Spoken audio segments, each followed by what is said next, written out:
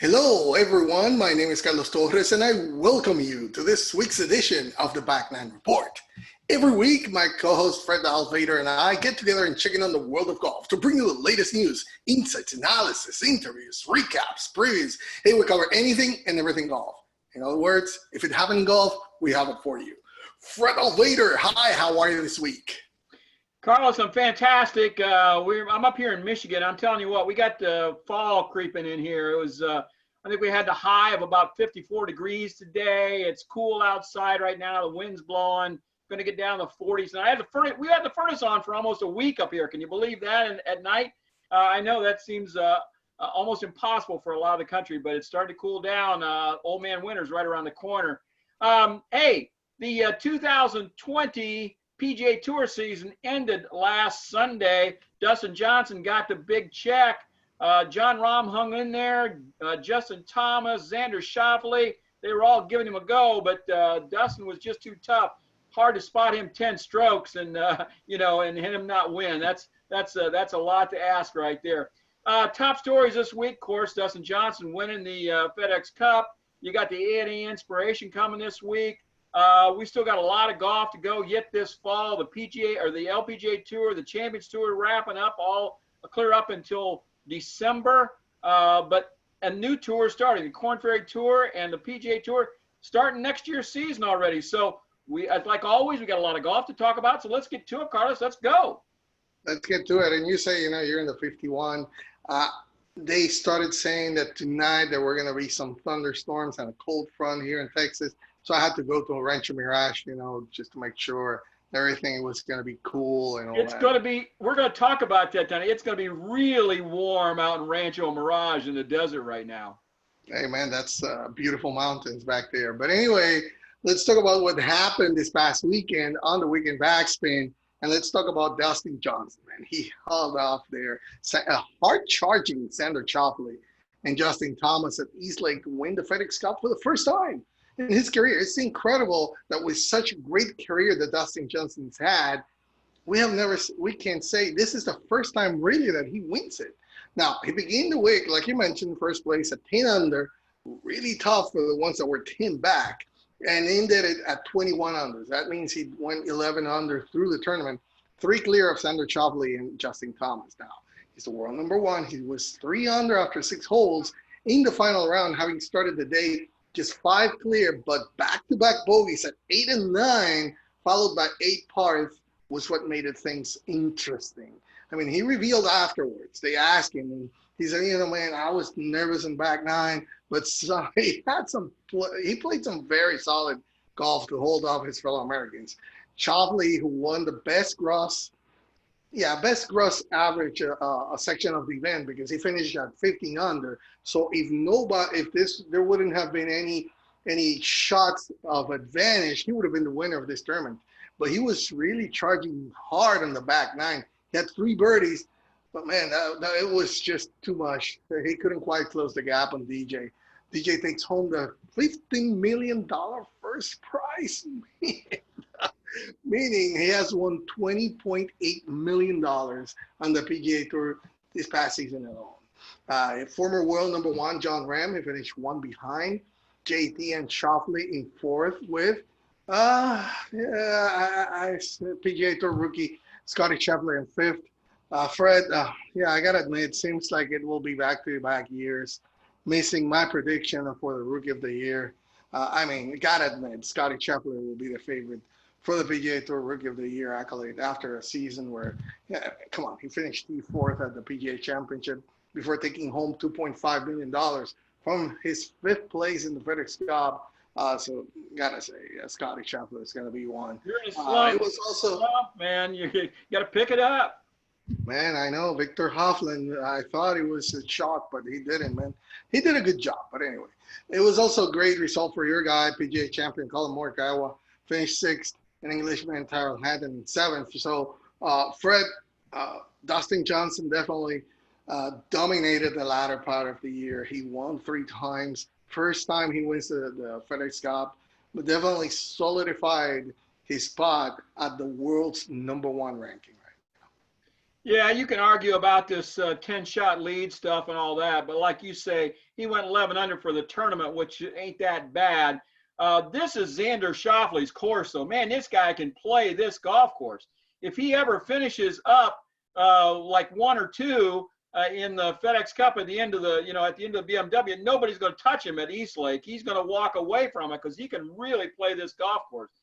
DJ took a 5-shot lead going into Monday's final round, ended up winning by 2 shots over Justin Thomas and Xander Schauffele.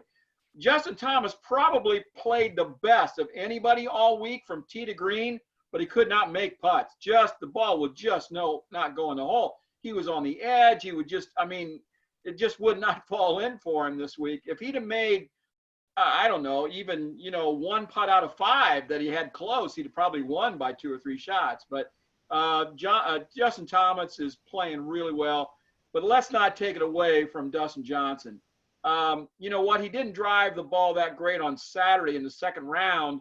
Spent some time with his coach, Claude Harmon, changed his setup just a little bit. And Harmon said, I was a little reluctant to change anything for a guy that's leading a golf tournament, but they really felt it needed to be done. Got him a little bit closer to the golf ball. Man, he drove it really well on Sunday and Monday. So whatever they did, it worked. For the most part, the FedEx Cup playoffs were not that inspiring. I really had high hopes going into this. We've talked about this every year.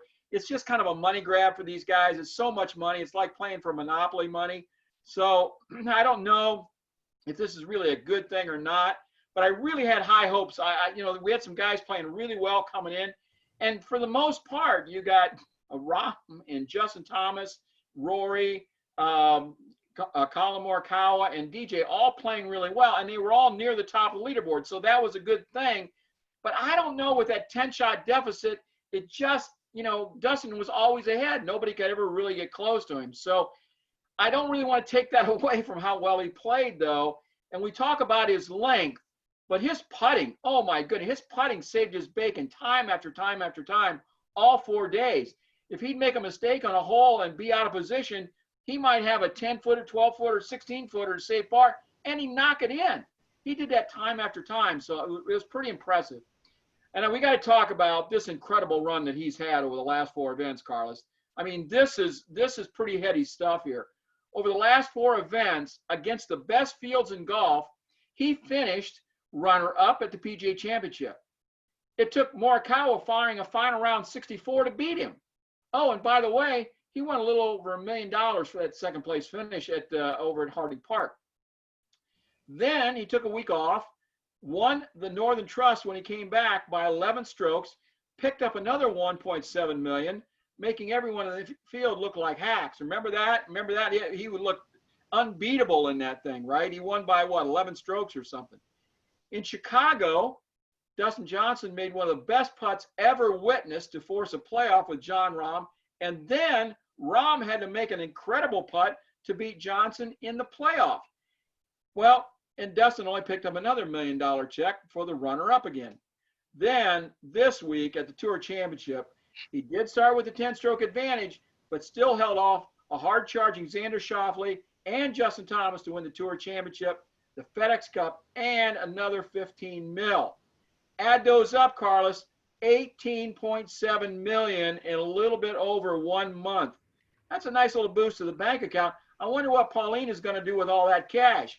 But more than that, it was a runner-up, a first, and a runner-up, and a first finish in his last 4 events, which one of those was a major. So during that stretch of 16 rounds, he only had 1 round in the 70s. This was a performance for the ages, Carlos. It really adds to Dustin Johnson's legacy. Where does this put him on the all-time list? Well, he just needs a couple more major wins to get into that elite category. Can he carry this dominance over to the U.S. Open or get a green jacket in the Masters in November? I don't know that I'd bet against him. Masters, if he can putt the way he's putting, the Masters, he should be a runaway winner at the Masters if he can putt those greens the way he's been putting. And then but we got to still give credit also to Xander, Justin Thomas, who finished tied for second. Rahm played really well. Morikawa, Rory. those guys are all playing well. And Rory, even coming off the birth of his child, and he admitted, he said he was a little emotionally drained after the birth, but he still played really well. When Rory gets back to really kind of engaged and playing really well, we've said a couple times here after the break when they've come back, he really hasn't kind of had his mind in the game. And that's kind of the thing where his wife was pregnant and they're expecting their first child. So when he gets back and really playing again, he's going to give Dustin a run for his money. And I do want to say just one more thing, that I think Dustin Johnson has kind of committed himself. I think Gretzky's kind of got in his ear, got in his head a little bit and said, you know what? You should be the best. You should strive to be the best of all time.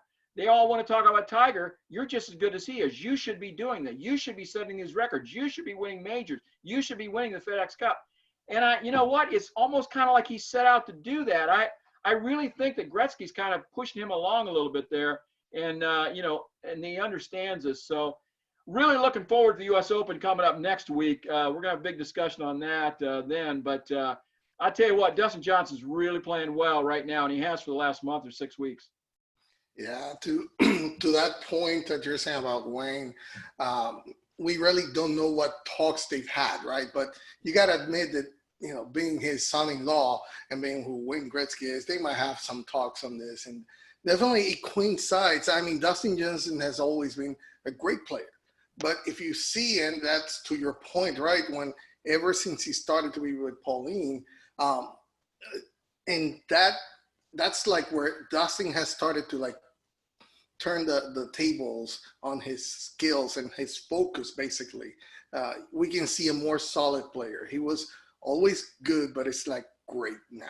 And this focus that he had, because he built up, it was a long climb. He didn't start it right at the top. He had to go from lower than what he was to the top of become the top player in the world and win also the FedEx Cup. It wasn't easy. And I got to say, I had this discussion today because I was asked about what I thought about this thing. He's starting 10 shots. He's not starting 10 shots ahead. He's starting 2 shots ahead of John Ram, 3 ahead of Justin Thomas, 4 of Webb Simpson, 5 Morikawa, and there's 5 that have 4, 3, 2, 1. The last 5 are the ones that are 10 shots under. But we talked about this. What would you prefer? Because we had this confusion about whoever won the Tour Championship, but then there's somebody else that wins the FedEx Cup. How is that happening? I don't understand this. What does it have to happen for somebody to actually win the FedEx Cup? All the different calculations that we would have to make to see, okay, this I have to finish this, but then 10 others have to finish at this position, then 10 others have to finish this. It's such a complex calculations that you have to have. Now it's pretty easy. And it's not that it's going to be easy to do it. It's pretty easy to understand what you have to do. We talked about this. You have to have a great round at one of those 4. If you're low in one of those that are far behind, you got to have, and it happens. I mean, if you really focus and you have any given time, you can have a really, really low round. And the East Lake is a place that you can do it. See what Sander Schauffele was able to do. And there were some other players that really finished well. Unfortunately, it's tough, but you gotta reward somehow who was on top and not make it completely very not understandable for the people. You got to try to make it as easier as possible for them to understand where everybody stands and what you have to do. Even for the players were confused to know what do I have to do to win it and all that. It was really, really difficult. And I think this might not be the best way. I guess there might be something else. We have to be open to it. But right now, it is what it is. I think it's much better than what we used to have. And yeah, it seems like the top player is going to win. No, it didn't happen last year because Justin Thomas last year was even hotter than Dustin Johnson. Okay, and Rory McIlroy came from 5 behind to win it. So it's what I'm saying. It takes one great round to do it, but you can actually do it. It's not like the last 5 doesn't have a chance. It's going to be difficult, but you can do it. So to me, yeah, it's not it's still the FedEx Cup playoffs are a snoozer, right? Because uh, you just don't get that draw. But hey, at least you see the best players in the world. Yeah, it's a money grab for them. But at the end of the day, we all get a clear picture of where everybody stands and what it takes for this to be won. It does make it a lot easier. There's no question about it. Everybody knew exactly where they stood at every moment throughout the whole tournament. You could look at the scoreboard. That's exactly what it was. So that is easy. And we've seen in the past, Steve Sands doing all these calculations as they're playing in. Well, if this happens, if that happens, and where they're at right now. And, it's driving everybody crazy, So I don't mind the way it is, but I think 10 strokes is probably too much. I think it probably needs to start like maybe 8 for the number 1 guy, and then just go a one-shot progression, 7, 6, 5, maybe 4, and then everybody else is even at maybe 3 under. So I guess that would put it, maybe you'd start at like 6 or something, or 7. Go 7, 5, 7, 6, 5, 4. And then everybody else. I don't know, something like that. Just compact a little bit more. I think it's just 10 shots and then down to 8. It's just too much of a gap. Even for that 4th or 5th place guy, they got to turn in one really, really great round to really be there. Or the top guy, he could just tank a couple rounds and that would bring everybody up. But it almost happened there on Saturday because neither Rahm nor Dustin played that well, and it did compact the field a little bit. And that's right where Justin Thomas, if he could have made a few putts, he could have jumped into the lead, but just nothing would fall on Saturday for him. So, I don't mind this handicap system. I think 10 shots is just a little bit too much, though, Carlos. I think they need to compact it just a little bit more. Well, the issue is, then again, you're making it very not easy, because still, if you have to overcome 6 shots, it's not easy. But you are giving those lower players just something very one great round, and they're right there. It's doable. It would be doable. And I kind of like that.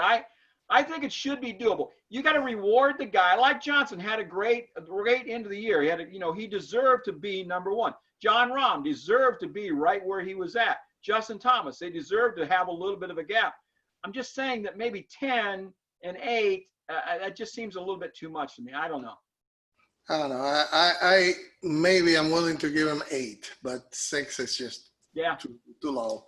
Yeah. That's something that could be easily made by anybody, and you gotta protect that year that the player had. That's what they're basically doing here.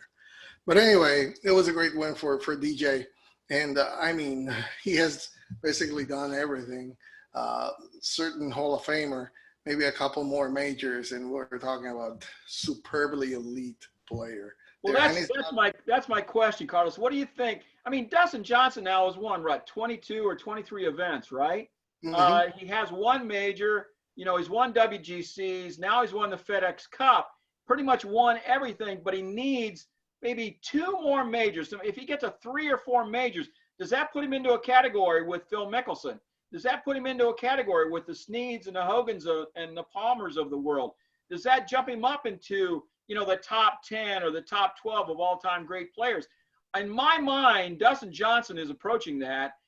Because of his personal problems and a little bit of his personality, I don't think he's a real popular player like maybe Palmer was or Nicklaus was or some of these guys.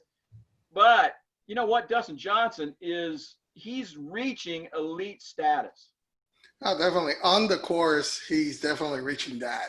I would say that he needs to have 4 or 5 majors at the end of his career, and maybe, 10 more wins, which is under the realm of possibilities, the way that he's playing, to really be on those categories.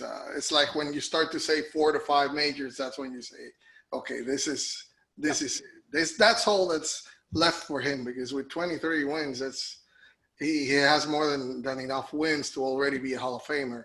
So yeah. And we don't have one guy in the conversation right now. So if Dustin wins a couple more majors, now you bring a healthy Brooks Koepka back into the equation, along with Rory, along with Justin Thomas, golf is in a really good place right now. I mean, there's some really good players, guys that you want to watch play right now. Definitely, and that's the thing. We don't know what's going to happen to Brooks Koepka because we are assuming that when Brooks is healthy, that's the guy to beat, and he has demonstrated it on the majors. But we don't know what's going to happen to him. So if you take him out of the picture, and it's like the player that everybody's like, oh, if he's there, he's the one that has the mindset, and that's the one I got to beat. Take him out of there. There's a lot of players that can win and playing, like you're saying, really, really good. A lot of young players also. Like your guy calling Morikawa, there's a lot of players that can really, really be there at the end. I'll make an early call too. They tell me that we're going to talk about Winged Foot a little bit, and they tell me it's going to be really, really, really hard. So a guy like Morikawa that can control his ball around the golf course, I like him at Winged Foot. I like him at Winged Foot. So you're starting to do like I was with my players. I know. I'm on him. I like him. Every turning. So yeah. All right, let's move on now to the European Tour, where American John Catlin held off Martin Kaymer at Valderrama to claim his maiden European Tour title by a single stroke at the Andalusia Masters. Now, Catlin, he really showed nerves of steel because he had to fend off a challenge from his playing partner, who was a former world number one from Germany, Martin Kaymer, who we have been talking. He's been playing well there. It seems like a resurgence. Yes, it hasn't been the world class fields, but it doesn't matter. We have said this over and over. It doesn't matter where you're playing. If you're consistent, man, you got to be playing well. And for Martin Kaymer, it seems like a resurgence for him. And, Catlin was down the stretch in 4 over 75, but was enough for a 2 over winning total. Catlin has started the day 2 shots clear at the top, but then he had bogeys at the 5th, the 10th, the 12th, the 14th, which meant that Kaymer, who had birdied the 2nd, and then the 4th and the 12th, pulled level with him to set up what was a dramatic finale there at Soto Grande venue. Kaymer really missed a golden opportunity because he was about to take the lead at the 17th. He had a 6-foot birdie putt lined up, and Catlin kept his composure with a life of lag putt. I mean, it was really beautiful there at the final hole to 2 feet.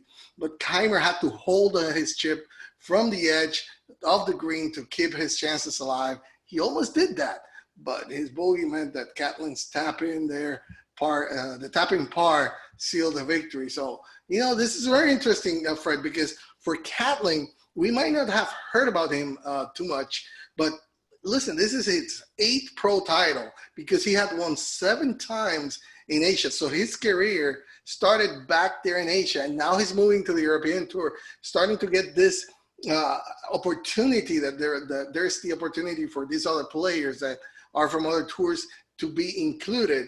And he included those 4 on the Asian Tour between 2018 and 2019. So he's coming to form. This is a player that is on the rise. And right now, I mean, the California moves up to 145th in the world. So how about John Catlin, the American, and the interesting way that he's rising right now? This seems like another player that we might have to keep an eye on.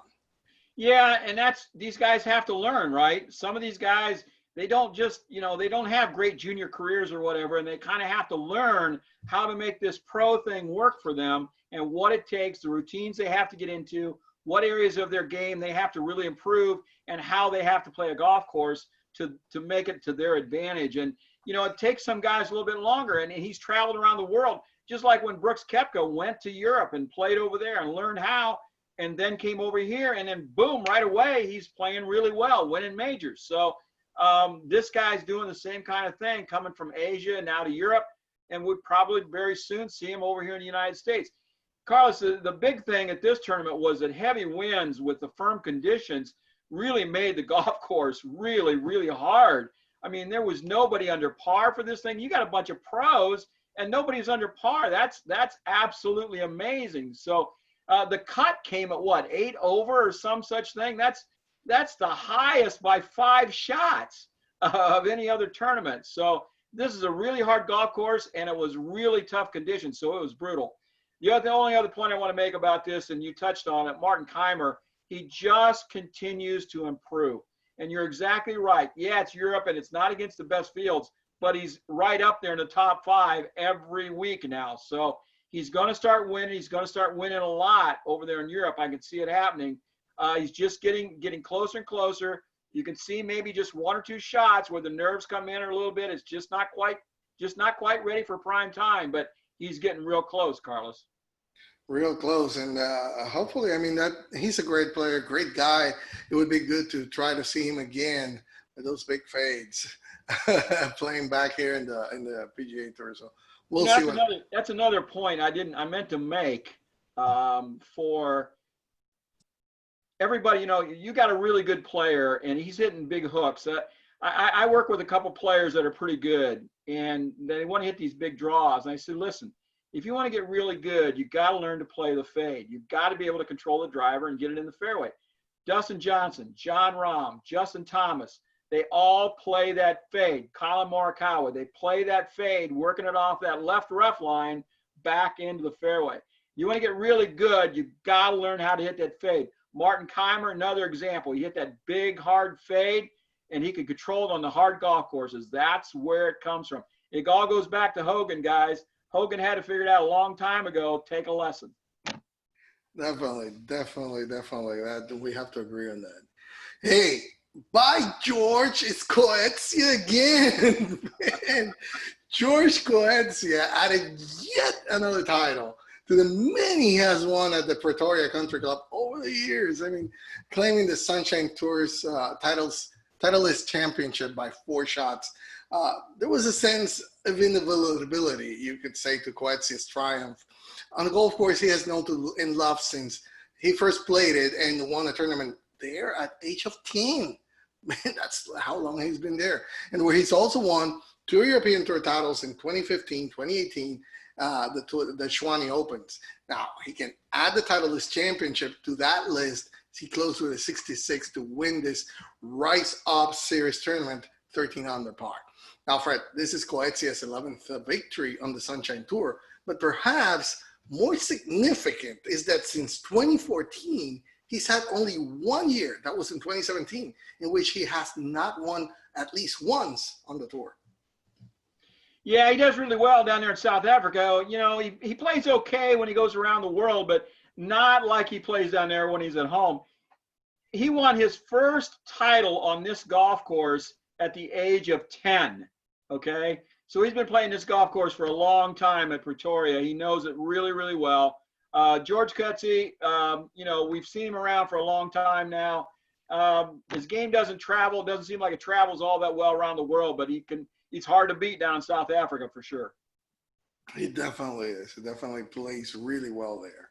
Now, the first event on the Korn Ferry Tour's 2020-2021 season, that was the Lincoln Land Championship, had for a winner Brett Druid.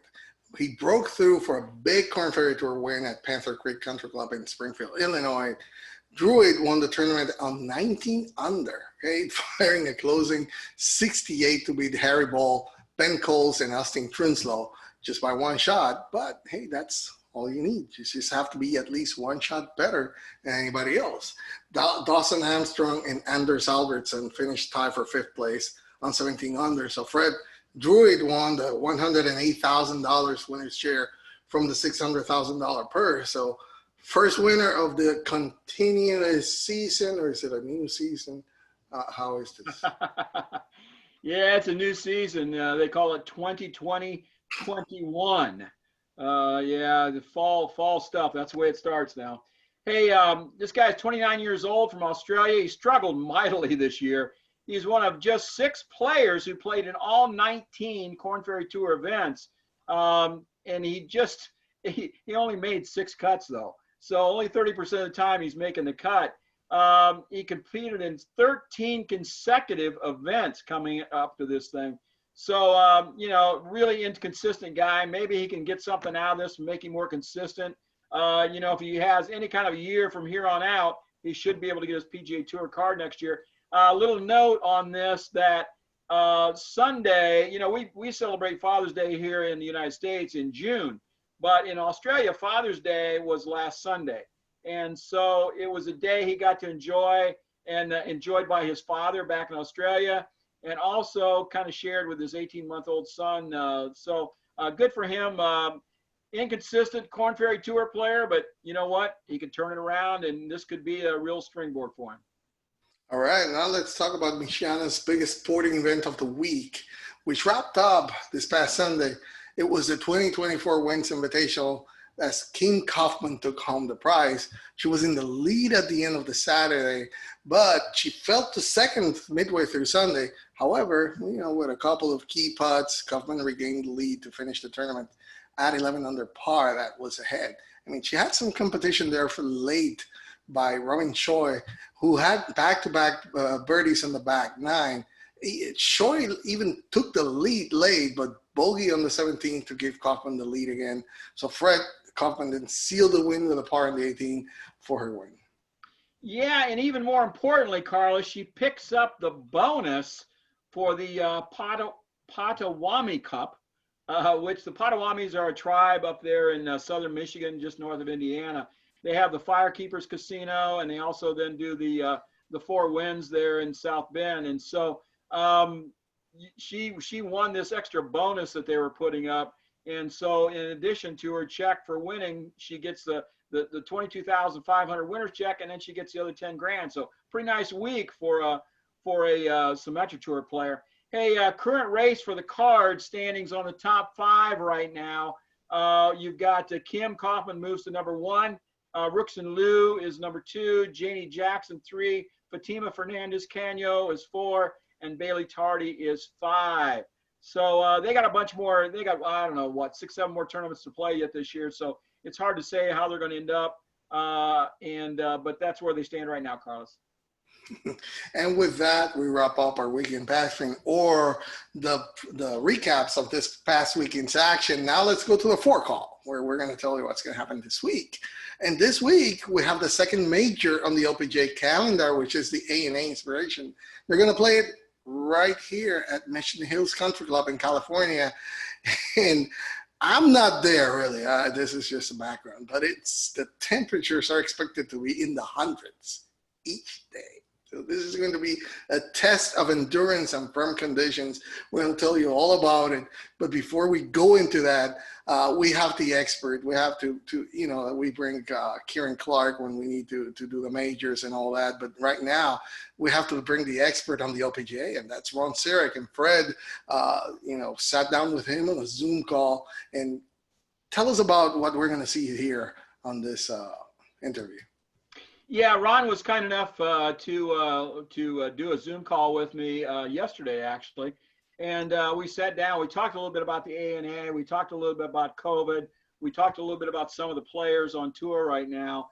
And he just knows everything about the LPGA Tour, does such a great job. And he really does a nice job of kind of setting the stage for our discussion for the A&A as we go forward here, Carlos. So go ahead and play that.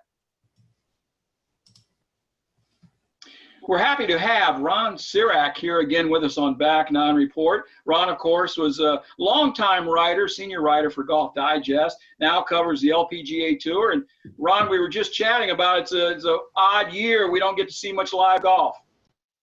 Yeah, it's the least I've traveled since 1986. I haven't been in a hotel since the LPGA Tour Championship in November. That's strange for me. It's a big week for the LPGA Tour coming up this week. This is the 6th week back since their restart in Toledo. We had the first major of the year over at the AIG Women's Open. We had a surprise winner there, Sophia Popov. But we got the ANA Inspiration coming up this week in Mission Hills down in Southern California. What are you looking for? What are you thinking about the second major of the year on the LPGA Tour this week? Well, the person that's going to be a factor there, they normally play this tournament the last week of March. This week, it's going to be triple-digit temperatures there. It was 123 today for the Monday practice round there. When the tournament starts, they're expecting the temperatures to be anywhere between 100 and 105. They're going to let the caddies normally wear white jumpsuits out there. They're going to be able to wear shorts with caddy bibs. The caddies are going to be able to take riding carts The players are going to have to walk, but the caddies can take the carts. They're doing everything they can to try to make it as pleasant as possible for them out there. That said, the defending champion and the #1 player in the world, Jin Young Ko, is not there, but they do have the next 8 players in the Rolex rankings in the field. So it's going to be a strong field. This is the strongest field they've had since the Tour Championship last November. Yeah, I was going to ask you about that. Jin Young Ko, she played so well last year, just kind of really dominated on tour. And she's not even made an appearance over in the U.S. this year or anything on the LPGA Tour. She's been hanging out in Korea.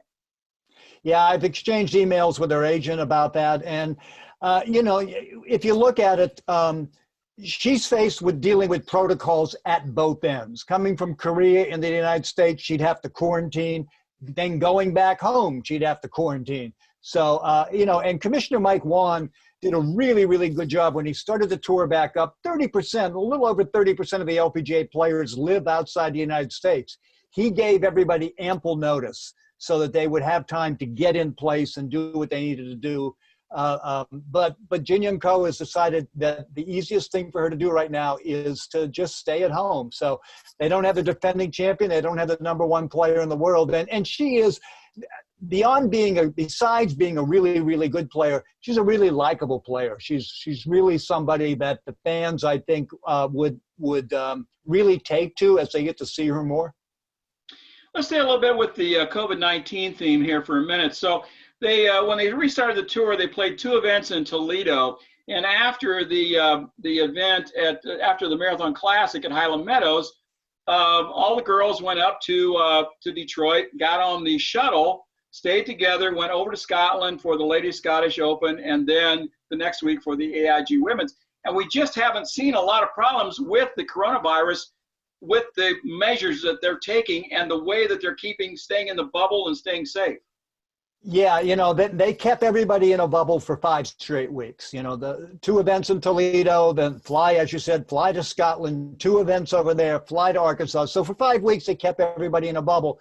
Now we'll wait and see. You know, you sort of hold your breath now because they had a week off, you know, and where did people go? And you wait. You know, I was exchanging texts with a caddy, and I said, I gave him the name of a bar that was a big caddy hangout. And I said, say hello to that bar for me. And he texts back, we're not allowed to go to bars. They're not allowed to go to restaurants. You know, they're in a strict bubble out there. Yeah, I happened to talk to Michael Wan for just a minute when they were in Toledo. And he said, you know, we feel pretty good about the first 4 or 5 weeks. We think we control everything. But after that, and just like you're saying, as they head to California and some of these other events, they're not sure what they're going to find. Yeah, you know, and they've done a great job. And, you know, I want to give Commissioner Wan high marks for how he's dealt with all of this. The LPGA really had to deal with COVID before any other pro sport league. They played 2 events in Florida, then 2 in Australia. Then they were going to go China, Thailand, Singapore. Well, on January 30th, they canceled China. On February 2nd, they canceled Thailand and Singapore. Then they got back to the States, and the Phoenix tournament was going to be the first one back, and they canceled that on March 12th. So the dominoes started falling for them early.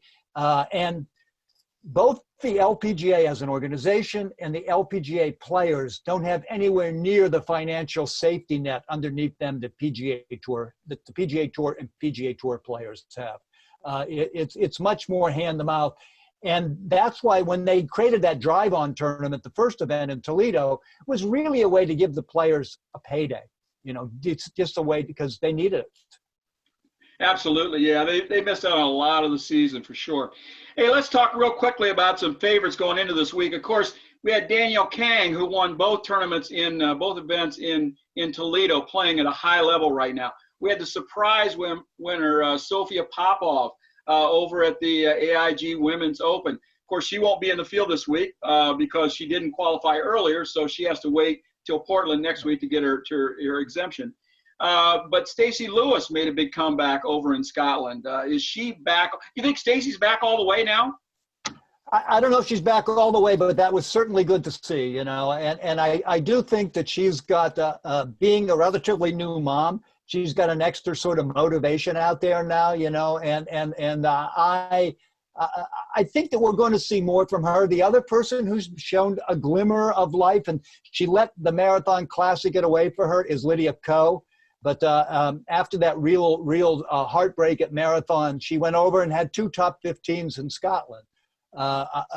You know, Danielle Kang, after winning the 2 events, sort of faded the last couple, but she played all 5 events, and she had 2 transatlantic flights. I think this week off that they just had is going to be very beneficial for Danielle, and I look for her to come out at the ANA hitting on all cylinders. I got 2 more names for you. One, of course, Austin Ernst, just coming off the win in Arkansas. Lexi, what's going on with Lexi? Why aren't we seeing her more at the top? Yeah, you know, Lexi is going to. This is going to be an interesting week for Lexi. This is going to be, I think, an important. This is a good place for her. She always does well here. Yeah, she top 7 5 of the last 6 times there. She won it as a teenager in 2014. She, of course, lost it in the playoff in 2017 when she had the 4-stroke penalty. She was 3rd last year. I always think Mission Hills is a pretty good long hitters golf course because Lexi can get to 3 of the par 5s and 2 pretty easily. So she's playing a par 69, a par 68 course out there. So this is an important week for her to get back and to show that she's back in the mix. But it's really hard to tell how much COVID has disrupted. You know, players are creatures of habit. They like routine, and I think some players are better able to deal with the new circumstances than other players are. Some players need galleries out there to get them motivated, to get them up. Other players are more self-motivated. Speaking of fans, the Champions Tour is going to have fans up in South Dakota. So when do you think we're going to start seeing fans on the PGA Tour or the LPGA Tour? You know, that's a good question. I think these next few weeks are really important. You know, we're just getting the Labor Day holiday behind us now. And if there's any problems, if there are any COVID surges that are going to come out of Labor Day, it's going to be in about 10 days to 2 weeks. So that's what everybody's going to be holding their breath for now and see whether things continue to calm down. Ron, always a pleasure having you here on Back Nine Report. Thanks a lot for joining us tonight. And we look forward to seeing a great LPGA Tour event out the ANA Inspiration this week. I think we're going to see. I think it's going to be a good one. I think there's a lot of players out there who are who play that golf course very, very well. Thanks a lot, Ron. Thanks for having me. There you have it, Fred. That was Ron Sirak. I mean, if anybody knows the LPGA, it's Ron Sirak, and he's a wealth of information. And definitely, I mean, we have the ANA Inspiration. Just the AAG Women's Open just barely in the rear view mirror. So the LPGA Tour pivots now to another major in the calendar, the ANA Inspiration. We both were talking at length about it. Like you mentioned in the interview, you know, the ANA has been long time the opening major on the calendar. But due to the COVID-19 and its impact throughout the 2020, it will be played second this year. Now, the Women's Open at Royal Troon wrapped up with with World 304, Sofia Popov, taking the title, and we've talked about this. It was in Cinderella story fashion. The ANA Inspiration is one of the oldest and most prominent tournaments in the LPGA Tour. This will mark the 38th year for the ANA as a major championship, and its 48th year as part of the LPGA Tour schedule. Now, it's played at the respected Dinah Shore tournament course at Mission Hills Country Club in Rancho Mirage, California. You also mentioned about, and we said it, it's going to be on the triple digits all the time. So this is going to be an endurance test, definitely there. The course was designed by Desmond Muirhead, was built in 1970. It's about 65,000 yards. Features an exciting 591 yard closing hole. It has an island green, which usually plays its role in determining each year's champion. So everybody's looking forward to see what happens there on the 72nd hole. It's also home, of course, to Poppy's Pond, which Amy Alka jumped into after her victories in 1988 and 1991, and that has sparked what has since become a traditional celebratory leap. Now, you mentioned it, Ying Young Ko from last year that was supposed to be the defending champion. She's not playing. The other 8 behind her are there. So it's going to be a very tough field. Like Ron mentioned, it's going to be the strongest field since the Tour Championship last year. So what to expect about the ANA Inspiration this year? Yeah, I think the temperature is definitely going to be a factor, Carlos. You're going to have to stay hydrated. That's awful hot. I don't care if it's desert, dry heat. That's really hot. So it's going to be tough. They're going to have to be in shape, and they're going to have to make sure they hydrate and take care of themselves. Just a couple of points that maybe we didn't cover. There are special rules for the caddies. They can take carts. The caddies can be on carts, and they don't have to wear the traditional coveralls. They can wear a bib and shorts. So they're trying to make it easy on them. We talked briefly about Lexi. I just want to talk about her finishes here. Since 2014, she's finished 1st, 7th, 5th, runner-up, T20, and 3rd. The only time she was only out of the top 7 one time since 2014. She is built for this course. Her game fits this golf course. This course favors long hitters. If she can putt just a little bit this week, she has to be the favorite, I would think, even though she hasn't played well coming in here. And I really hope that Lydia Ko can stay on her improving trend, and it would be nice to see her get another major at the ANA. Something that was just in today, Carlos, Charlie Hall was forced to withdraw due to a positive test today. She said she didn't feel well on Monday, but she thought maybe that was just jet lag and the heat and then her asthma. But she described having some mild symptoms today, and so she got a test, and it was positive. So she now has to stay quarantined for 10 days, and then the LPGA medical team will check her to see if they can clear for competition in a couple weeks. So the only other thing I want to say, I guess, is that don't forget about Nelly Korda on this golf course. She's playing really well, and she's pretty long, and this would be a good golf course for her as well. You know, I really like Danielle Kang. She's playing at a high level, and she seems to want to prove to everybody that she is worthy of being in the top 5 or so on the in the world, and she's looking for that #1 spot. So I think we're going to have a good tournament. I think we're going to see these names at the top of the leaderboard, Carlos. Definitely. My players to watch, I'm looking forward to Sungyeon Park because she's set to make her first LPGA Tour appearance of the season.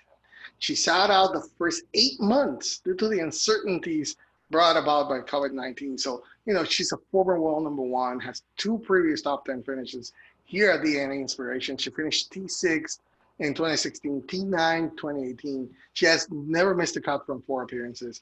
You know, she's going to be turning 27 in 2 weeks. So she should be right amongst it this week. I mean, if she plays anywhere near her full capacity, however, there is obviously very little form to go from her. So we don't know exactly if she's going to be rusty or what.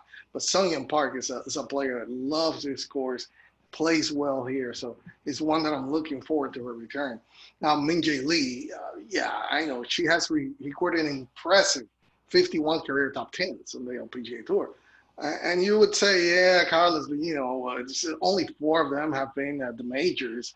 So you would imagine, I would say, you have to imagine that it's becoming increasingly desperate for her to amend that. I mean, she's 14 years old. She's from Perth. She shared 21st place here last year, was T3rd in 2017. So she will arrive off the back of 15 consecutive made cuts, impressive 3rd place finish in the Royal Troon during the Women's British Open.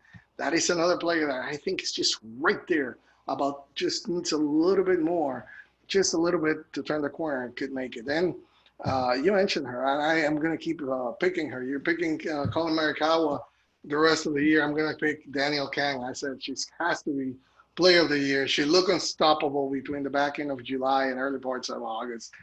Now, she won twice, I mean, finishing T5th and her only other start. However, and Ron mentioned this, 2 of her most recent efforts have only heralded shares of 49th and 32nd. I know, but though, she's world's number two. She'll still be feeling confident though, and will be boosted by the fact that she was T6 here last year. So she's going to a place where she feels comfortable. Like Ron said, I think it's just that she was playing constantly. I mean, and at a high level, this week is for resetting for her, a very familiar course for her. I just think she's going to be right there. Is my favorite to win. Can't disagree with you, Carlos. 105 players in the field. Charlie was the only one that tested positive. So they're doing a good. The girls are doing a good job of taking care of themselves and watching what they're doing. So golf continues to lead the way, Carlos, showing the world how they can get around, travel, and do stuff. It's safe as long as you take care of yourself. Yeah, Charlie, we wish you to be quick recovery. Everything goes well for you, and you don't suffer, like some other people, a big letdown. So you can be quickly back up and running on the PGA Tour, right back in right after this. So we wish you the best and a speedy recovery. Now, Phil Mickelson mania is over on the Champions Tour. No, sorry, we're gonna talk PGA Tour. Sorry. But anyway, it's over in the Champions Tour, so we'll talk about that in a little while. But this week we start. Really, I feel so weird saying that. That's why I had to go, because we're starting a PGA Tour season anew. Sounds weird, I know. But going out to the West Coast for 1 week with the Safeway Open as the precursor to the U.S. Open. Mental crash, they're saying those things. Back on the East Coast next week. A lot of players at the Winged Foot aren't playing this week. There's you know what? You can take it. And in one of them, which one? Last year's champ, Cameron Champ. So he's not there. Now, Phil Mickelson's going to be there. Siwoo Kim is going to be there. Brendan Steele, Shane Lowry, Sergio Garcia, Jordan Spieth, Joel Damon, Eric Van Rooyen, Emiliano Grillo, Doug Rickman, Ches Reavie. That's the names I have for you, Fred. So how about the Safeway Open to open the season? Yeah, I just curious to see if Phil can continue his good play. He played so well the last time he played there on the Champions Tour. Can he go back up and mix it with the young guys and play well in California? It's got to be tough for the California guys that want to do well at the U.S. Open at Winged Foot to skip a week in California. That's got to be really tough for them not to go out there and play. But that's a tough deal to go out in California and play, jump on a plane on Sunday night, fly clear back to take the red eye back to New York and be ready to go Monday, Tuesday for a Thursday start at the U.S. Open. That's asking a lot, even from guys that travel for a living. Carlos, as you say, this kicks off the 2021 season this week, and it is so funny because we still have a couple tournaments from 2020 that we got to finish up yet, right? We still got the Masters, we still got the U.S. Open that are really this year's events. So it's a mixed up, jumbled up mess, but that's what COVID has done to us this year. So we're out in Safeway. Next week, we're playing the U.S. Open. The week after, we're going down to one of your favorite places, down to the Punta Cana Resort. Then we're going to Sanderson Farms in Mississippi. The Shriners is always in Las Vegas. The CJ Cup is going to be in Las Vegas this year as well. Then you got the Zozo Championship. It's going to be back in California at Sherwood, one of Tiger's old stomping grounds. I wonder how much he had influence in bringing that. He won over there last year, and they're bringing it back into his home there at Sherwood, so he can play in that. I know we'll see him there, unless his back's bothering him. Then at the end of October, beginning of November, you're going back to Bermuda, then down to Houston. Then we got the Masters, then over to Sea Island for the RSM, off a week, and we wrap up in Mexico for the Mayakoba. So, and that takes it clear out to December the 6th. It's a lot of golf here between now and the first week of December. A couple majors in there to finish up. Of course, we lost the Ryder Cup in here. We don't have that until next year now. So, and this is just the start of it, Carlos. We're into the new year on the PGA Tour. We are. We are. This is weird, weird. I still don't get it. But anyway, I mentioned Phil Mickelson's mania is out in the Champions Tour. That's why, because Phil Mickelson is going to be on the PGA Tour. But definitely when we move now to the PGA Tour Champions, he's not going to be there. But hey, they're going to be starting now a 2-week run, which is going to be including the Sanford International in Sioux Falls, South Dakota. Then they're going to be at Pebble Beach for the Pure Insurance Championship. They'll be playing for the third time at the Minnehaha Country Club. Steve Stricker is going to be there. You're going to have also Bernhard Langer. You're going to have Ernie Els, Rocco Mediate, Freddie Couples. A lot of the big guys are going to be there playing. There's only 6 events remaining for the Champions Tour season. So we're going to start to see a lot of more of these big-time players on the Champions Tour playing to try to position themselves to try to be at the top of the leaderboards of the Charles Schwab Cup. So Fred, how about this tournament, which, like you mentioned, and you've been waiting, and we're going to be talking about it on our practice range, is going to show fans for the first time here on the PGA Tour, at least the PGA Tour champions. Yeah, there's kind of a light at the end of the tunnel, right? South Dakota, they don't believe in all this COVID nonsense. Yeah, just wear a mask. Come on out. We ain't got no problems here. Let's go. We got hospitals. If you're sick, go down and, we'll take care of you. I think it's great. They're going to have fans. I'm really interested to see how this goes. They're going to have temperature checks will be administered to fans before entering the gates. Masks are strongly encouraged. They're not mandatory, but they're strongly encouraged, right? Officials will also add extra hand sanitizer stations. Any food serves will be already prepackaged. Nobody's going to be touching anything.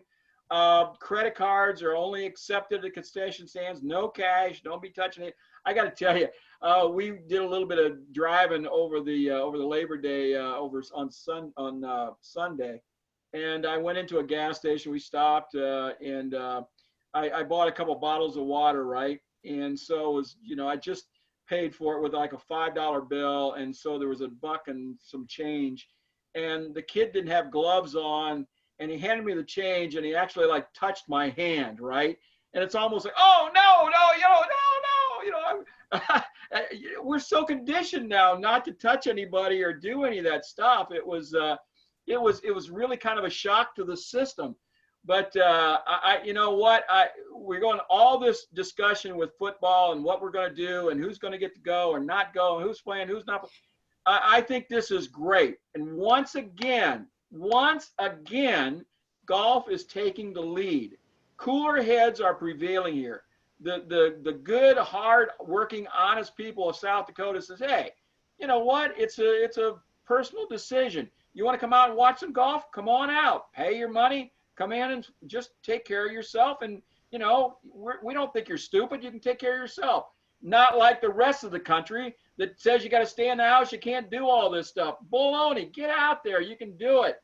So that's my point, Carlos. I know that's not much about the Champions Tour tournament in South Dakota, but that's my little rant for the night. How about that? I'll probably do some more when we talk about the subject we're going to talk about, though, too.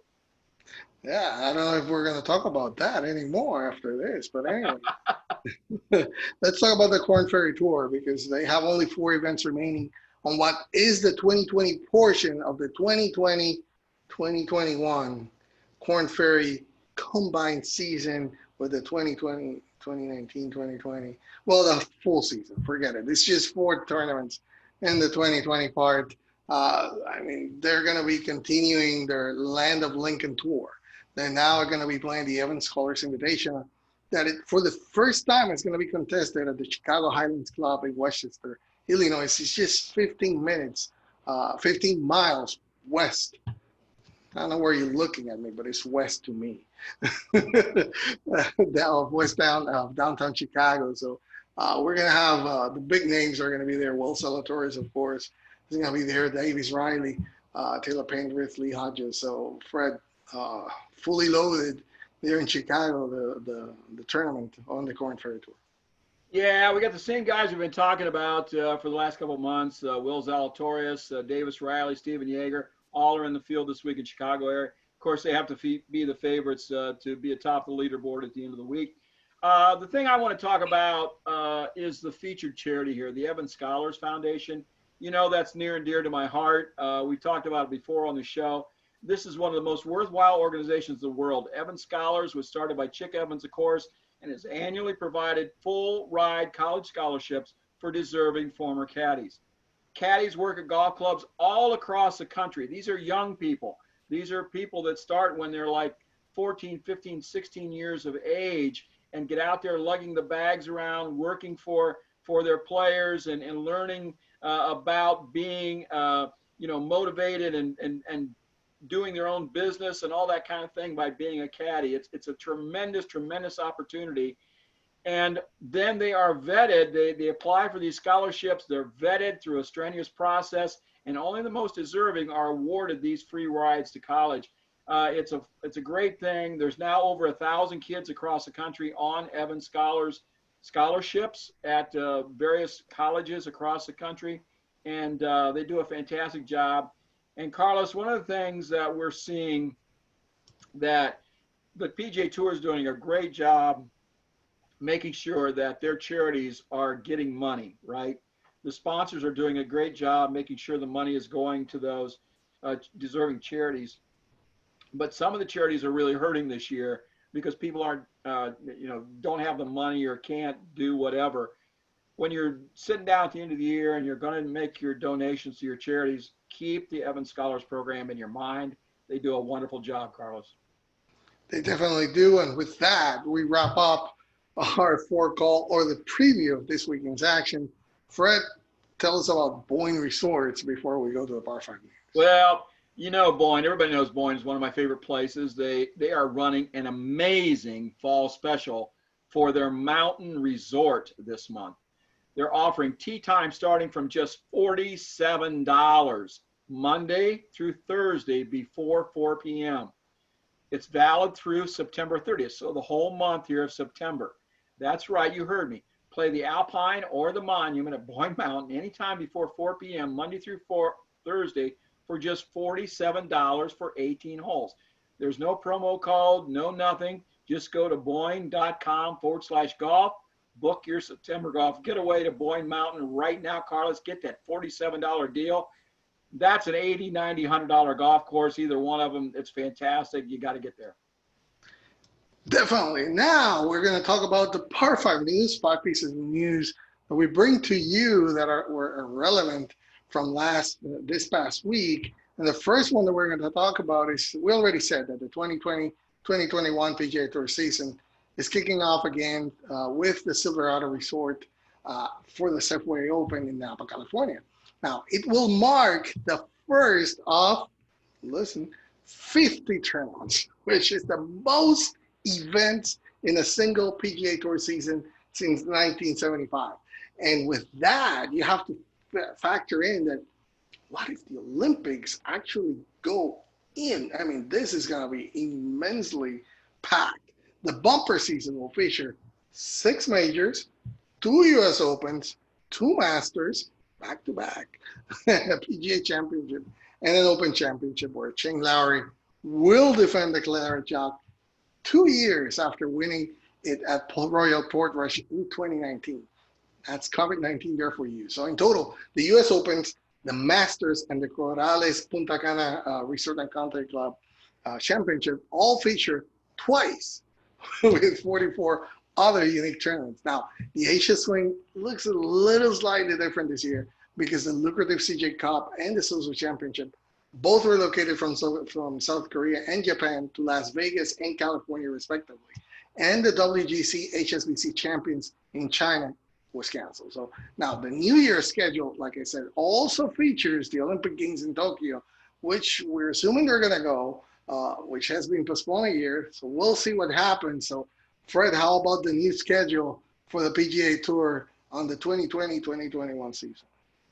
Yeah, it's loaded. It's absolutely loaded. I don't know. There's going to be a lot of opportunities for guys to play because, you know, the big names are only going to play so many times, right? So this gives a lot more opportunities to some of the guys lower down in the world rankings to earn some money, to move themselves up a little bit in the rankings.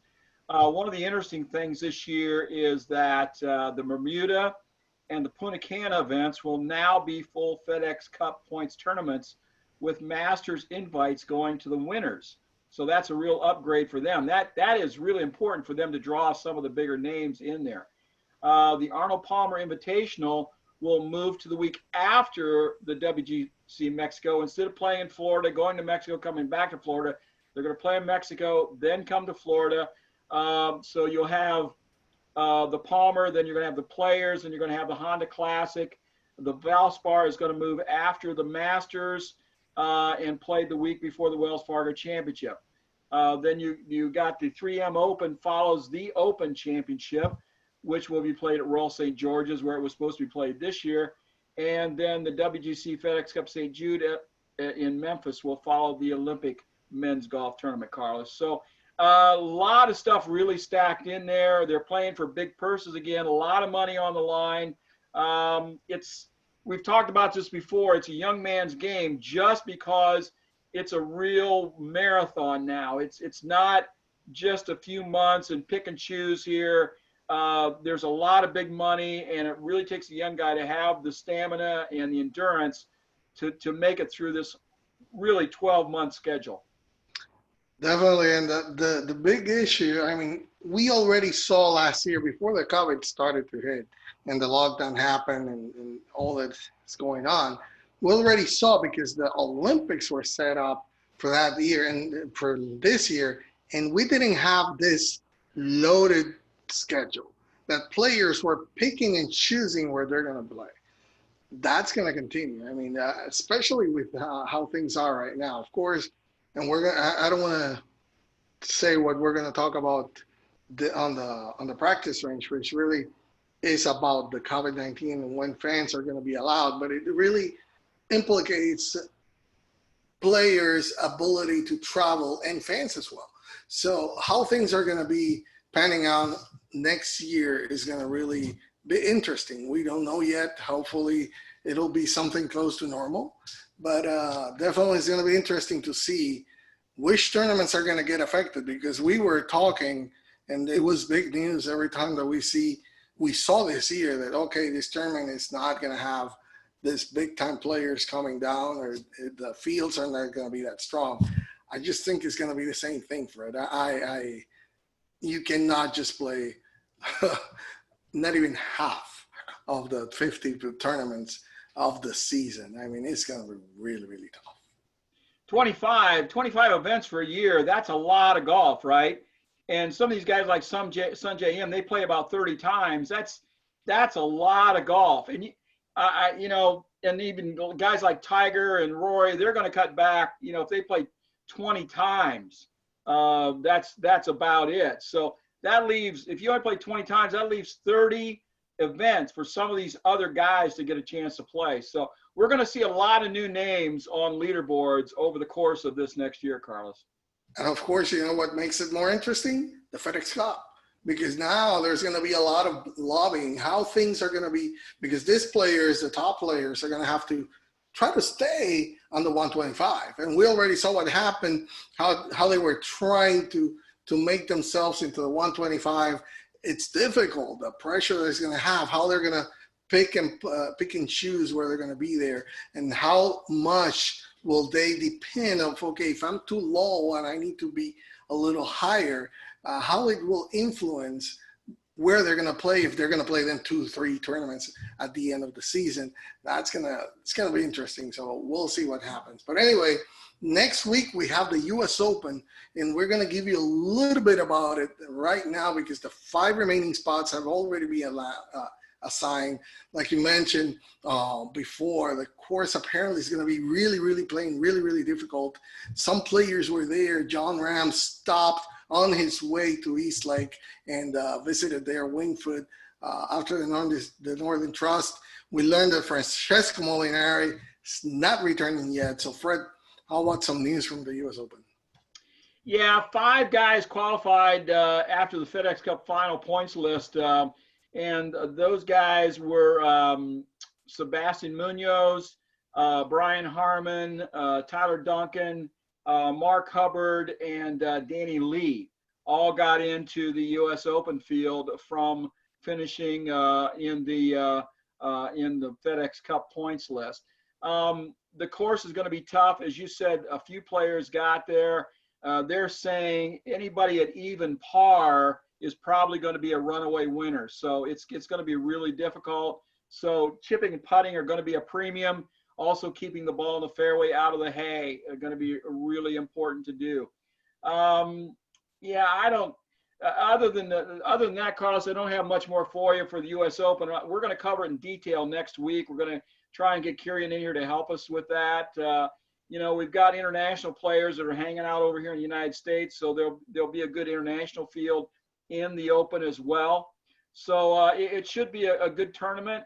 And of course, you know, we're going to have Phil trying to fill out his career Grand Slam, right? More power to him, but I don't think Winged Foot's going to be the course for Phil to win an Open on. But you know, he played well the last time I was there. He gave it away, right? That's the one he really gave away. So we'll see. Maybe he's learned his lesson by now.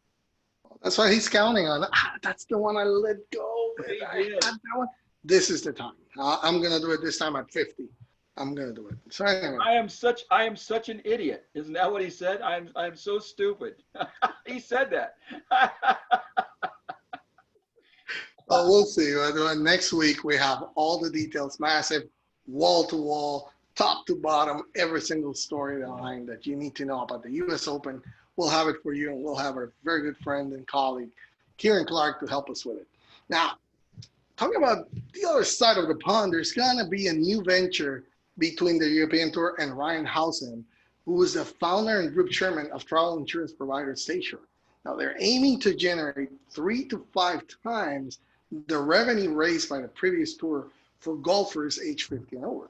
Housen will take a majority equity share in the new Legends Tour, which launched today, Tuesday, at the European Tour's Wentworth Club headquarters, and will oversee the tour's commercial strategy. Now, the move is an evolution from State Shore's title sponsorship of the over 50 circuit in Europe, which was a 2-year deal announced in December of 2017. Now, Sports Business understands it was worth 7 figures in pounds sterling per year. Now, the series was known as the European Senior Tour before State Shore came on board. Now, under the new agreement, the tour will be called the Legends Tour, presented by State Shore, and will put some of the European golf's top senior names at the forefront of the new brand. Housen told Sports Business that he hopes to raise income up to 3 to 5-fold over the next 3 to 5 years on the back of a major investment in and transformation of seniors golf.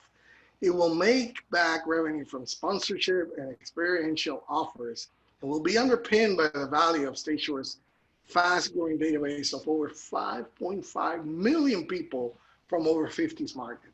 Now, there's going to be also some ambassadors to that to try to help, because they enlisted former Ryder Cup captains Mark James, Paul McGinley, and Ian Wooston, and also 1999 Open champion Paul Lawrie as the tour's first official ambassadors. They are going to be playing a central role in growing the alliance format, which gives amateurs the chance to play alongside the pros in tournament conditions. So, Fred, there's going to be a newly formed Legends Club, which will offer a premier amateur experience for high net worth individuals, amateurs, and generate revenue across the season. So how about this? I mean, we know the European Tour at all their levels needs some help, and this is going to infuse some cash there. I see it as a good initiative. Of course, we have to see how is it going to play out, but it's definitely a good start, because that's what they need. They need to infuse it with cash and some more innovations, and it seems to be headed in the right direction. How come all these great ideas come out of Europe? We don't see any of that new stuff coming up here in the United States. I guess when you really need the money and you got to come up with new ideas to generate income, the demand is there. They got to figure out how to do it a little bit different way. Here in the United States, they can continue to do business as usual because everybody's throwing millions of dollars at them. But over there, I think this is fantastic. Housen sees a real marketing opportunity here. He's been involved with the State Shore tournament, so he understands the ins and outs and all the details of it. And he says, you know what, I can do this a little bit better. Let me do this. Here, I'm going to give you some money, and we're going to figure this thing out. he even talked to Jane Geddes, who now runs the Legends Tour for the, over here in the United States, and says, what do you do and how can we do this better? And so I'm really curious to watch this, Carlos, and see how it plays out in real time. I think this is really a cool thing. Definitely. And now to close up the Par 5 news, the PGA of America announced their annual awards. Justin Thomas is your player of the year. Well, at least one of them. Anyway, on Tuesday, Thomas was named the PGA Player of the Year ahead of Jon Rahm, while Webb Simpson won the Vardon Trophy for the lowest scoring average. Webb Simpson posted an adjusted scoring average of 68.978 through 52 complete rounds to edge out Jon Rahm, who scored 69.127 for the Vardon Trophy. Now, when you say, well, that doesn't sound like much, it's less than 0.2. No, that's a lot. I mean, 0.2 to average down is not easy to do, especially when you have to go under par. So Webb Simpson definitely was the best scorer out there all year. Now, as for JT, this is the second time that he has won this award, which is not voted on, but rather tallied up using a system that includes points for wins, money list position, and scoring average. Okay, now Dustin Johnson, who matched JT with 3 PGA Tour wins this past season, finished 5th. Justin Thomas won with 66 points. Jon Rahm was 56. Colin Morikawa, you got 54. Webb Simpson, 52. DJ, 42. 5th place. I know. I mean, finishes surprising 5th here after going T2 at the PGA Championship and winning 2 of the last 3 events of the season. Part of the problem, it's that the PGA of America recognizes the strokes taken at the Tour Championship, but not the strokes applied before the tournament starts. So, DJ won, but he did not take the fewest strokes at East Lake. Xander Schauffele did. Now, regardless, this is JT's second PGA Player of the Year award. He won it also in 2013. Other multiple winners include Brooks Koepka twice, Rory twice, Nick Price twice, Billy Casper twice, Julius Boris twice, Ben Hogan 4, Jack Nicklaus 5, Tom Watson 6, and a guy called what's his name? Tiger Woods. Oh, he won it 11 times.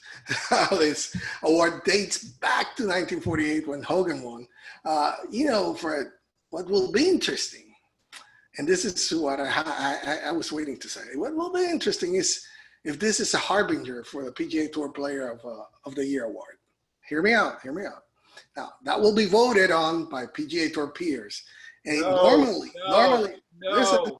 listen, normally aligns with the PGA Player of the Year. Now, last year, I went on a rant because it was the other way. Last year, they were not aligned because Brooks Koepka won the PGA Player of the Year and Rory McIlroy took home the PGA Player of the Year. I don't think so. I mean, if DJ is not the PGA Tour Player of the Year, I am going on a rampage this year. I'm going to go to West Palm Beach. Not even a question. It can't be even close. DJ has to be PGA Tour Player of the Year. So this year, I do agree they should not align. Last year, not so much. Yeah, last year we talked about. I love this. It just came in today, so I had to change some stuff to put it in here. I threw your curveball here, through this, and I said, well, we got to talk about this. Because the way it played out last year with Koepka and Rory, when Rory, and we said, well, what's a FedEx Cup worth versus a couple of majors and all this kind of thing. And, Rory ended up winning the Player of the Year on the PGA Tour, but Brooks really had the better year by version of score or points that the PGA gives. So that's just the difference between the PGA of America and the PGA Tour. The Tour votes on who to give it to from the peers. And I'm telling you, if Dustin Johnson doesn't win the PGA Tour Player of the Year in a landslide, I'm going to demand a recall. There's got to be some hanging chads or something. I don't know what. But Dustin Johnson has had the best year on the PGA Tour this year. There's only been the one major. The Players was canceled, so we don't have the majors to go on. And Johnson just blew through the end of the season there with all those, the 2 wins and the 2 runners up. So I don't think that's even going to be close. Really surprising that he was clear down in 5th on the PGA list. But, you know, he shot those couple of 80s and the 78, and I think that kind of really hurt his overall because there wasn't that many rounds this year, wasn't near as many rounds. So, you know, 3 bad rounds could really raise that, you know, change it maybe 0.3 or something like that, 0.4, which would really knock you up a long way. So I guess on this, the way they do this, based on these points, this is what happens. Congratulations to Justin Thomas. He had a great year, no question about it. He and Rahm are playing fantastic. But when it comes to who the real player of the year is, when the PGA Tour votes here next week or whenever they do it, Dustin Johnson will be the PGA Tour player of the year. Definitely, I have to agree. Statistically, those were the top 2 players. DJ definitely had his up and downs. He finished really, really strong, which was what should jump him to be the player of the year. But statistically, we have to admit, it was JT was the big time player all year long. John Ram also started to catch up at the end and was very consistent as well. But anyway, congratulations to JT. He definitely deserves this award. Now, let's talk on the practice range. Every week, you and I, Fred, pick a topic, and each one take our own shots at it. This week, I know you're eager to talk about this one because when are going to be fans allowed back on the PGA Tour on the tournaments? We know that South Dakota is allowing fans to attend the Champions Tour event this week. We talked about it on the 4 call. Now, the question is it time to start opening the gates? There's a lot of questions that we have to talk about. I mean, what is it really that has to be the determining point for it? We've seen this debate going all over. The NFL is set to start on Thursday, and they have their debate as well because there are going to be places that are going to be playing with fans, so they're not. There's going to be a lot of measures that have to be taken about. The players, of course, a lot of them, and I think it's just a lame excuse to say I'm not playing well because it's not the same without the fans. I mean, mostly because it comes from players that even with the fans, they still are playing the same way. So that's why I think it's a lame excuse. But anyway, yeah, if it would be Tiger Woods that's used to having the army behind him, yeah, I would understand it. But other players, not so much. Yeah, you made a point about whether is it up to you, leave it to the fans? Is it up to the authorities to do that? That's what we're going to discuss. So I'm going to let you go first because I know you want the microphone right away on this one. So go ahead. Excuse me, I'm sorry. Yeah, Carlos, I kind of went on a short rant back there when we were talking earlier about the Champions Tour having fans. That was the short. You're going on the long one now. Yeah, I'll try and tone it down a little bit. Yeah, I think this whole thing, I know I've said it before, I think this whole thing has been way overdone. I think we just went way overboard with this thing. I think people, especially now, understand what they need to do. Most people are taking the precautions they need to take. If you've got some health issues, they're staying away from everybody else. If even family members, if there's someone in their family that has health issues, they're being taking more precautions. So I think everybody's doing kind of what they need to do. But that being said, I really don't see any tournaments this year having fans on the PGA Tour or any of golf's tournaments. You know, just the fact that it's in South Dakota and South Dakota says, you know, we don't have a problem out here. I don't know what you people are talking about. They're not New York. They're not Detroit. They're not LA. They're not Atlanta. They don't have big inner cities where people are on top of each other. A lot of space in South Dakota. They can move around and stay separate. So, you know, it's a whole different world there, and they can feel safe having people out there because they probably haven't had a tenth of the cases that like LA has had or something like that. So, They just don't have an issue there. Out in the Midwest, it's not a problem. I'm here in Cadillac, Michigan. We don't have a problem here. You can pretty much do anything you want to do. It's relatively safe. It's not really an issue. So, you know, I don't want to get into the politics of this thing. Is it a political football? Yeah, probably. They're making a big deal about it. Has the general populace learned to be safe and responsible? Yes, they have. I fully believe that. Should people be allowed to decide for themselves? Yes, I do think they should be. I don't think that we should be limiting people. If you say you want to go to a golf tournament and you're going to be willing to be tested and you're going to be or take a temperature and you're going to be willing to wear a mask or do the thing, stay away from people, you should be able to do that. I don't know why we have to say that you can't do that. So, excuse me, it's been proven that golf is safe for players and volunteers. Why can't at least, at the minimum, a limited number of fans be allowed to attend pro golf events? I don't get it. I don't know why we can't have any. I know the players rebelled at the memorial and said, we're not going to come if you have fans. So the players are the ones that dictate this. It's their thing. And I guess they're worried about their ability to make a living playing professional golf. If they get sick for a couple of weeks, miss a couple of tournaments, if they would have missed a couple of weeks over these last 4 or 6 weeks, they would have missed some really big paydays, some opportunities to make some big checks. So I get that, but their job is to play golf in front of fans. The fans bring in the money for the charities. The fans bring in the money for the purses. The fans bring in the TV and all this stuff. So it's their job to play in front of fans. That's what they do. They need to get fans back out on the golf courses. We need to get fans back in the seats for ball games and all this other stuff. So I know Monahan said in his press conference last week, the tour is planning to hold its first pro-ams since a restart later this month at the Corrales Punta Cana Resort and Club Championship. They've already began pro-ams on the PGA Tour Champions and the Korn Ferry Tour since the tours has resumed. So that's a good sign. They put the pro-ams back out there. Those are big money earners as well. Kevin Kessner says it's time to get the fans back. It's not the same. We need to get the fans back on the golf courses. So they're trying to trend that way. I think probably after the first of the year, we're going to see fans starting to get back on the golf course. I can't give you an exact date, but I really feel by February or March, we're going to be back to some semblance of normality, Carlos. I just see this.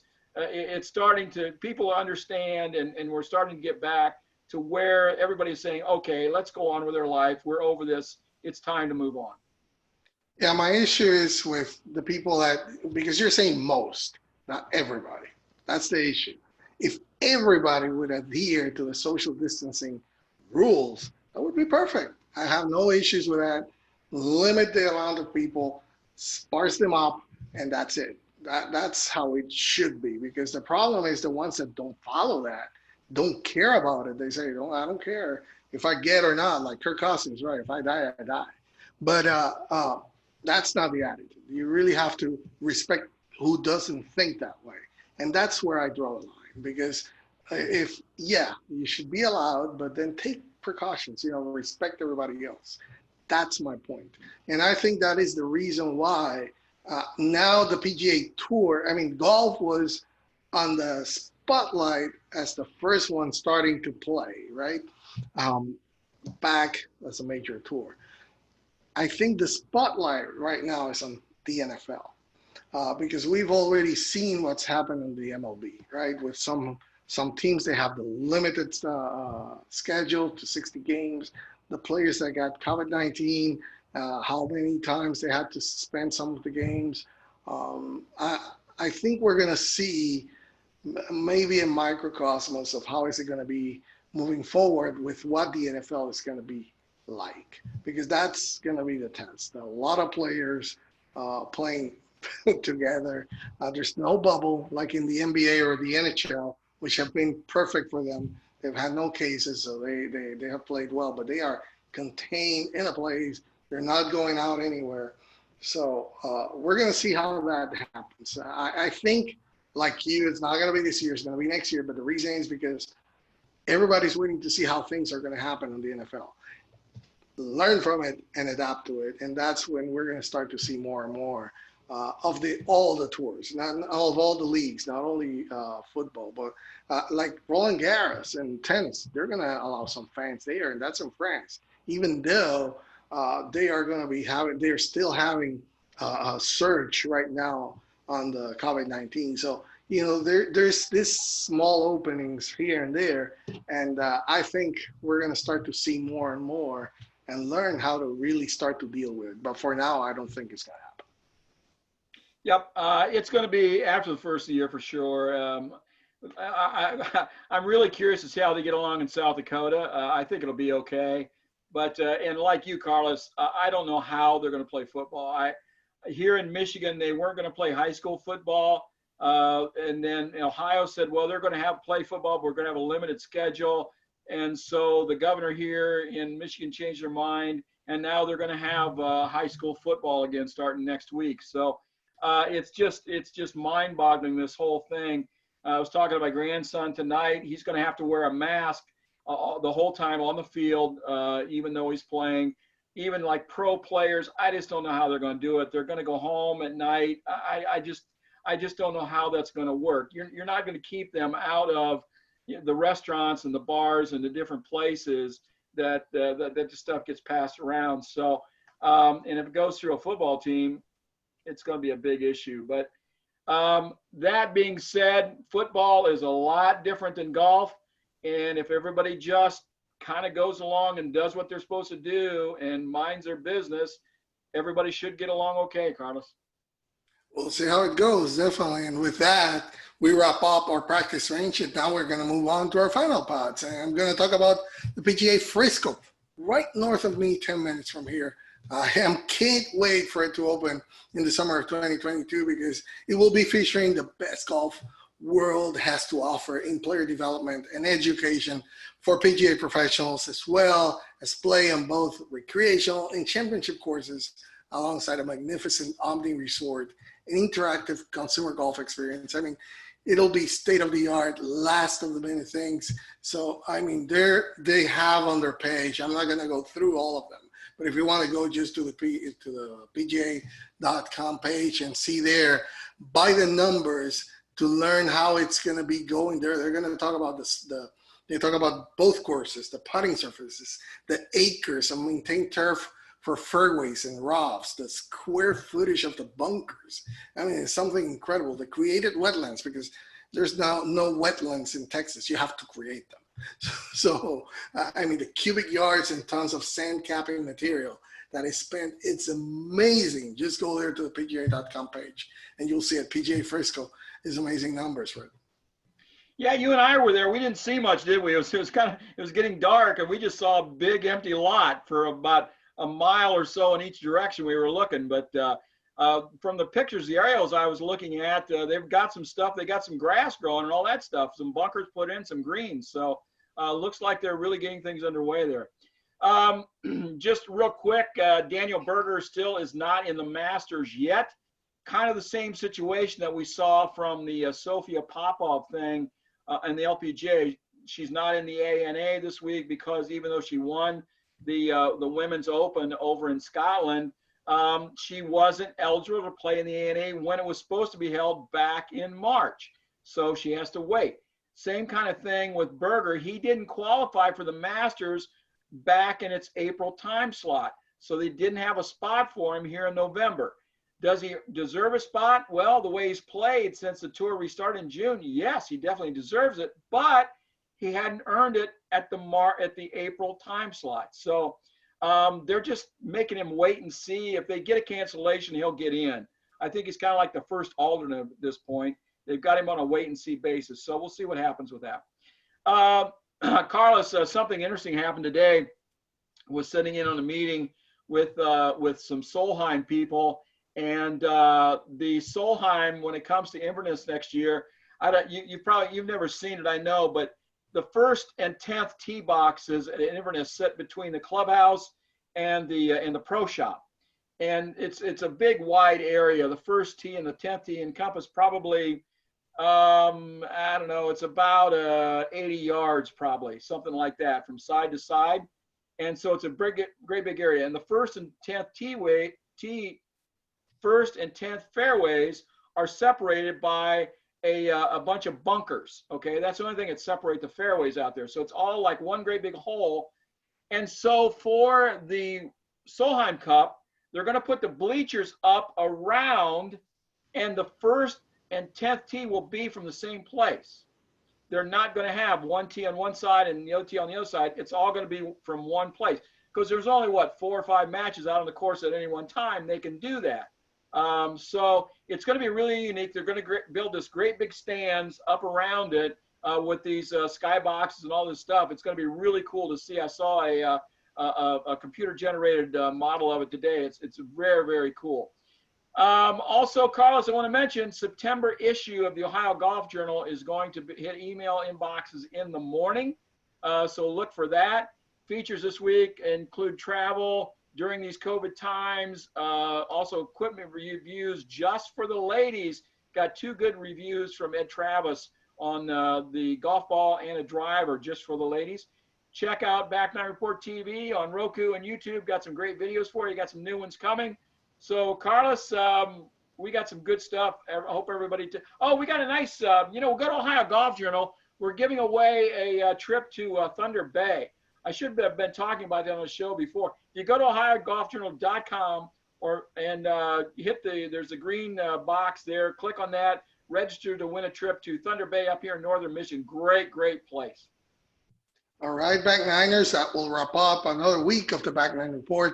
Thank you for joining us. It's always our pleasure to bring you the latest on the world of golf. Special thanks to our VIG, very important guest of the week, Ron Sirak. Great interview, great preview there for the A&A Inspiration this week. Don't forget to see us again next week on YouTube, or if you missed it, then you can listen to us, our audio version on TuneIn now. If you haven't done so, hey, follow the show on Twitter. Our ID is at Back9Report.